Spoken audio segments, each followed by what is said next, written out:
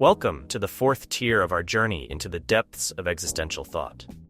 This time, we're going beyond just ideas. We're diving into the raw, emotional core of what it means to be human.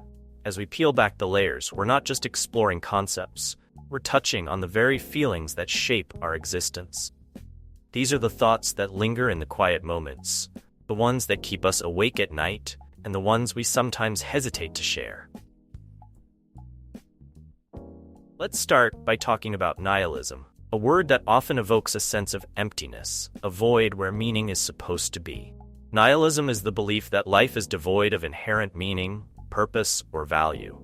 It's the idea that everything we do, everything we strive for, is ultimately insignificant in the grand scheme of the universe. But nihilism is more than just a philosophy. It's a feeling, a deep, almost suffocating realization that can hit you at the strangest times. Maybe it's in the middle of the night when the world is quiet, and you start to wonder, what's the point? You might feel it when life doesn't go as planned, and suddenly, the things you cared about seem trivial.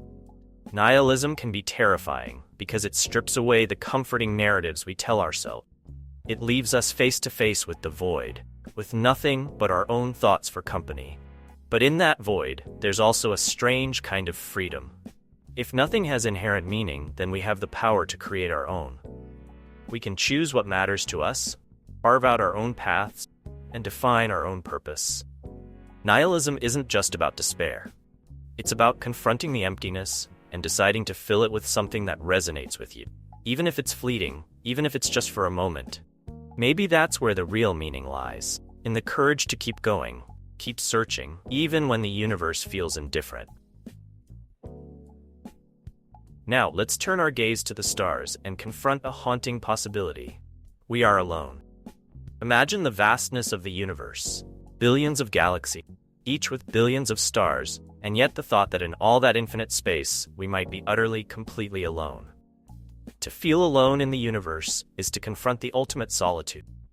The realization that despite all our searching, all our hopes of finding life beyond our planet, we might be the only ones. This idea can weigh heavily on the soul, filling us with a sense of profound loneliness. But it's not just about being alone in a physical sense. It's the emotional impact of that loneliness. If we are truly alone, then all our dreams, struggles, and joys exist in a cosmic void, unheard and unseen by any other intelligent life. There's something deeply isolating in that thought, as if our existence is a solitary flicker in an endless dark.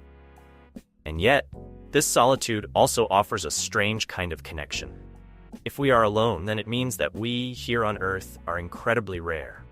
Every moment of love, every act of creation, every bit of kindness, it all becomes infinitely more precious. In our aloneness, we find a deep, almost sacred responsibility to cherish this fragile world and each other. Being alone in the universe doesn't have to mean despair. It can mean that we're special, that our stories matter more than we can imagine. It's up to us to make this existence meaningful, create connections, find beauty in the fleeting and the fragile. How does the idea of being alone in the universe make you feel? Does it inspire you, frighten you, or something in between? Share your thoughts and let's explore this vastness together, even if we are the only ones here. Let's take a moment to explore a thought that can feel both bittersweet and unsettling. Being born before immortality. Imagine a future where death is no longer an inevitability, where science has conquered aging and people live forever. Now think about the fact that we, you and I, were born just a little too soon to experience that reality. It's a strange feeling, isn't it? The idea that in a few generations, humanity might achieve what has been dreamed of for millennia. Immortality. But for us, for those living now, death still looms as the great unknown. We are part of the last wave of humans who must face the inevitability of an end. There's a deep sorrow in this thought, a sense of missing out on something extraordinary. The idea that we could have seen the universe unfold endlessly, experienced all the knowledge and beauty the future holds. Yet, it's just beyond our reach. It's like standing on the shore, watching a ship set sail to a distant land we'll never visit.